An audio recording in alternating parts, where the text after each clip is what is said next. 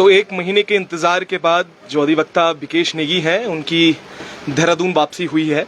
आप देख सकते हैं 3 चेहरे स्वागत के लिए भी यहाँ पर उनके चैम्बर में आज आए हुए हैं। मनीष गोनियाल जी हैं, परमानंद बलूदी जी हैं, बडोनी जी हैं और कई सवाल हैं जो अब आज करना भी बाकी हैं और अपने आप में कई ऐसी चीजें हैं, कई ऐसे सवाल हैं जो शायद उनके जाने से लोग तरह तरह की बातें कर रहे थे। बहुत बहुत बधाई। और ये देखिए किस तरीके से जो लोग हैं तमाचा है जिन्होंने आपको परेशान किया। बिल्कुल, और पुराने अंदाज में फिर से बिकेश नेगी जी हैं और उनसे बात भी करेंगे और जानेंगे कि आखिर अब क्या होने वाला है, अब क्या बड़ा धमाका होगा और क्या चीजें रहने वाली है। नेगी जी, कल वापसी हुई ढोल दमों के साथ और मुझे लगता है उससे ज्यादा हर्ष के साथ लोगों ने आपका स्वागत भी किया और रिस्पिना में आपका स्वागत किया गया, फूल मालाएं आपको पहनाई गई। क्या कहेंगे अब नया क्या? क्योंकि मैंने ये भी सुना है, जब अभी बात है मेरी आपसे हो रही थी तो आपने कहा है कि कई बड़े मंत्रियों के होश उड़ने वाले हैं, क्या कहेंगे? नहीं, पहले तो आपका धन्यवाद, आप आए, और समस्त उन लोगों का धन्यवाद जिन्होंने मेरा सहयोग किया इस लड़ाई में। और रही बात उसकी, अब धमाके तो होते रहेंगे। थोड़ा इंतज़ार के बाद जो तूफान आता है उससे पहले शांति रहती है। थोड़ा अभी शांति का माहौल और पर उसके बाद धमाके बड़े बड़े हैं और कईयों के और नाम उजागर किए जाएंगे समय आने पे। क्या कहेंगे ये जिस तरीके से जब भेजा गया था तो उस समय बिकेश नेगी क्या सोच रहे थे और जब रिस्पिना पुल पे आपका जब स्वागत हुआ कितना बदलाव देखा, कितना समर्थन मिला, कितना प्यार मिला और क्या रहा पूरा अनुभव? देखिए, उस क्षण भर में तो जब वो एकदम 25 तारीख में जब इन्होंने ये करा तो थोड़ा तो महसूस होता है कि हमने कुछ गलत करा नहीं और फिर भी ऐसा हुआ है। पर लेकिन उसके बाद हमें काफ़ी चीज़ों की प्रेरणा मिली और शक्ति मिली। जब एक तरह से देखा जाए तो वनवास में गए, पर उस वनवास में भी हमने बहुत कुछ सीखा और जो हम एकांत में रहे तो तपस्या करते हुए कई चीज़ों का अध्ययन करा तो उससे काफ़ी चीज़ों का ज्ञान हुआ। और रही बात उसकी, जब हम आए तो लोगों ने भद्रकाली से लेके IDPL से लेके जोगीवाला, रिस्पिना पुल, कई लोगों का समर्थन मिला और कई लोगों ने बड़े सम्मान के साथ, ढोल नगारों के साथ जो सम्मान दिया, वो एक अलग सी एनर्जी आपके शरीर में आती है। उससे आपको ये लगता है कि आप जो कार्य कर रहे थे तो लोग आपके साथ जुड़े हैं। नेगी साहब, जब ये सारी चीजें हुई तो लोगों को और अमूमन सब लोगों को ये लग रहा था कि शायद इस किस्से के बाद अब जो बिकेश नेगी है वो शांत हो जाएगा और अब वो आगे नहीं बोलेगी। ये लोगों की मानसिकता थी उन दिनों, जब जैसे ही जब चीजें हुई अमन तोड़ने के लिए यही किया जाता है कि इस तरीके की सबसे पहला केस ही मैं कहूँगा ये उत्तराखंड में जो जिला बदर किया गया, ढोल नगाड़ों के साथ बाहर भेजा गया और बड़ा अटपटा भी था। लोगों ने कहा कि अब शायद बिकेश नेगी आवाज ना उठाएं, तो लोगों ने भी बढ़ चढ़कर, जैसे आपने कहा कि IDPL हो, भद्रकाली हो, वहां पर आपका स्वागत किया, तमाम चीजें रही। तो क्या कहेंगे कि अब ये आवाज और कितनी बुलंद होने वाली है, कितने परेशान होने वाले हैं लोग? देखिए, बात हमारा किसी व्यक्ति विशेष से नहीं मतलब है, हमारा मतलब होता है करप्शन के खिलाफ। बिल्कुल। और जो दूसरी चीज़ हमारे प्रदेश की जो दुर्दशा कर दी गई है वो सबसे बड़ा दुर्भाग्य है। अब ऐसा है, अब गैरसैंण राजधानी हो, मूल निवास हो, अब इन मुद्दों पे भी लड़ा जाएगा। साथ में अब लोगों के लिए जो मेडिकल की सुविधाएं की आप बात करते हैं, जैसे अभी विधायक मंत्री ने अपना जो ये बनाया है कि उनका इलाज बाहर होगा, अब इसी में हम क्लिनिकल एस्टेब्लिशमेंट एक्ट के अंतर्गत लोगों के लिए आवाज़ उठाएंगे, क्योंकि उसमें इतनी बड़ी सुविधा दे रखी है कि हर मेडिकल और हर नर्सिंग होम में रेट लिस्ट लगेगी, वो जो स्टेट गवर्नमेंट और सेंट्रल गवर्नमेंट की रेटों की, जो अति जो मेडिकल के क्षेत्र में हो रही है, अब उसके लिए हमारी आवाज़ उठाई जाएगी। अभी कई और खुलासे पहाड़ में थे, तो अभी पहली जब हमारी मुलाकात थी तो उसके बाद आप यहाँ आ गए, उस समय भी कई बड़े खुलासों की आप बात कह रहे थे, तो क्या जनता से साझा करना चाहेंगे कि कुछ ऐसे बड़े खुलासे, धमाके होने वाले हैं? देखिए, समय आने पे हर चीज़ का समय होता है और समय के साथ सही रहती हैं कि उनका खुलासा उस समय किया जाए। अब एकदम बखान करके वो सही नहीं है।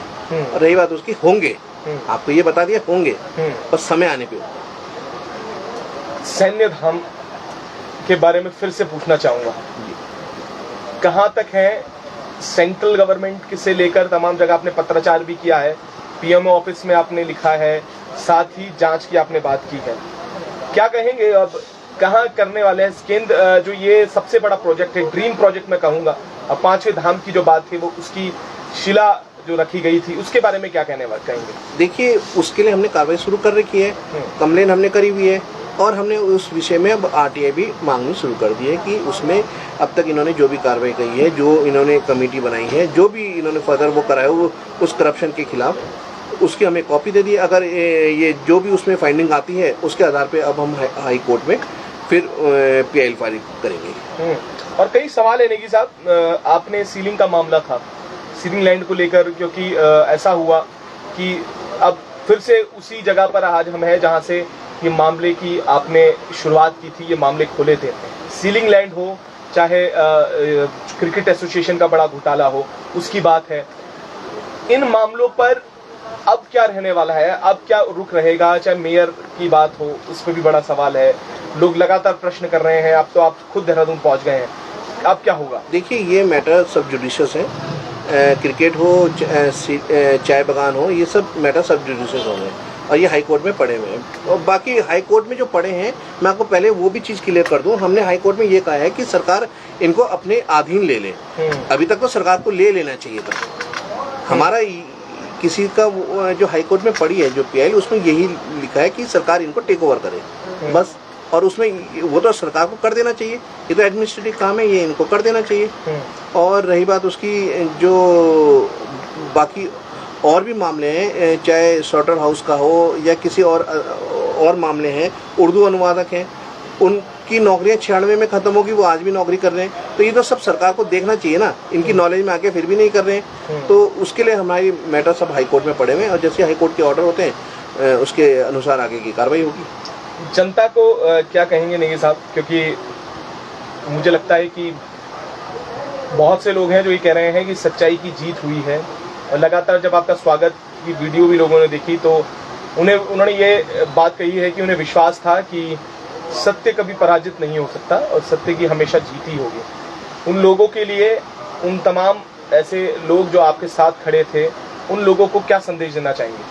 देखिए, पहले तो मैं आपको ये कहूँगा, हमेशा सत्य की जीत होती है। हाँ, थोड़ा उसको परेशान किया जा सकता है, पर लेकिन दबाया नहीं जा सकता। वो अपना कहीं ना कहीं वो चीज़ सामने आ जाती है। और रही बात उसकी, क्या कहते हैं इसे, अब हम कानूनी लड़ाई लड़ रहे हैं और समाज के लिए लड़ते रहेंगे। अब एक चीज़ आपको और भी कहते हैं कि हम यूसीसी के लिए भी अब आगे की फर्दर वो लड़ाई लड़ेंगे, क्योंकि यूसीसी में इन्होंने ये कहा है कि जो 1 साल से यहाँ पर रहेगा वो यहाँ का नागरिक हो जाएगा, मतलब उसका स्थायी निवास वगैरह। तो आगे उत्तराखंड के बच्चों का भविष्य क्या होगा, उससे आप तय कर लीजिए कि क्या होगा। कल की डेट में सहारनपुर से कोई आ जाए, वो 1 साल यहाँ रह ले, वो यहाँ जितनी मर्जी ज़मीन खरीद ले, सब कुछ कर ले, तो वो आपकी बाउंडेशन है कहाँ पर, भू कानून है कहाँ फिर? इसीलिए हम जो ये आवाज़ उठा रहे हैं, भू कानून, और जो हमने अभी तक मामले उठाए हैं, सीलिंग की ज़मीन, चाय बगान की ज़मीन या फॉरेस्ट की कई लैंड हैं जो वो हम जो उठा रहे हैं, तो वही चीज़ उसमें कवर होती है भू कानून के मामले में। नेगी साहब, ये लास्ट योगेश निमरी प्रकरण हुआ है, पत्रकार जिन्हें मारपीट हुई है, एक शराब माफिया द्वारा उन्हें पीटा गया है, और ये इसलिए भी ज़रूरी है कि ये मामला भी कुछ इस तरीके से ही निकल कर आता है, उसके बारे में क्या कहेंगे? किस तरीके के जो वो है, ये क्या मामले को लेकर आपका क्या कहना है? देखिए, उनके साथ जो प्रकरण हुआ है वो बहुत गलत हुआ है, हम उसकी निंदा करते हैं। दूसरी चीज़, हमने उनसे मुलाकात की थी आते हुए, क्योंकि जो यूकेटी वाले जिन्होंने हमारा सम्मान करा था, उन्होंने ही बताया था जी। तो मैं उनके बाद उनसे हॉस्पिटल में मिला था और मेरे द्वारा उनका जो देखभाल वगैरह कर रहे थे, उनसे यही कहा गया, अगर आप मेरे लायक जो भी उसमें सहयोग होगा या मदद की जो भी वो होए आप मुझे बताइए और मैं आपके लिए हर पल तैयार हूँ खड़ा। तो अब रही बात उसकी, मैं अभी उनसे दोबारा फिर मिलने जाऊँगा और उनके लिए कानूनी लड़ाई हम लड़ेंगे। बिल्कुल उसी की बात मैं कर रहा था नेगी जी। उसमें कई ऐसे पॉइंट्स हैं जिसमें उन्होंने ये आरोप लगाए हैं कि जिस तरीके से जो विभाग है वहाँ पर वो काम नहीं कर रहे हैं, आबकारी विभाग काम नहीं कर रहा है, उसका पुलिस की जो रोल रहा उस पर भी आवाज़ उठाई है। उसके लिए कानूनी लड़ाई क्या उसके लिए भी तैयारी कर रहे हैं? नहीं, हम तो हर पल तैयार हैं। 24 आवर्स कभी भी आप मुझसे कांटेक्ट करें, मैं हर पल अपने समाज के लिए, जनता के लिए, सबके लिए तैयार हूँ। और मैं अभी उनसे फिर मिलने जाऊँगा और जो भी मदद की जाएगी मैं पूरा सहयोग करूँगा। बिल्कुल, बहुत शुक्रिया नेगी जी।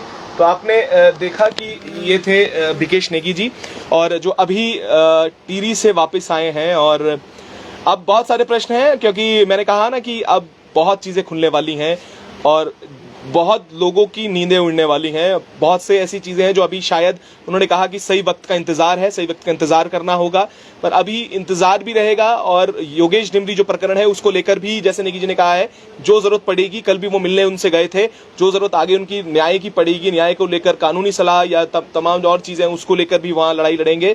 पर आगे क्या होने वाला है और नेगी जी और आगे क्या खुलासे करने वाले हैं, इसको लेकर भी हम आपको लगातार अपडेट करते रहेंगे। तब तक के लिए जुड़े रहिएगा और देखते रहिएगा उत्तराखंड हलचल।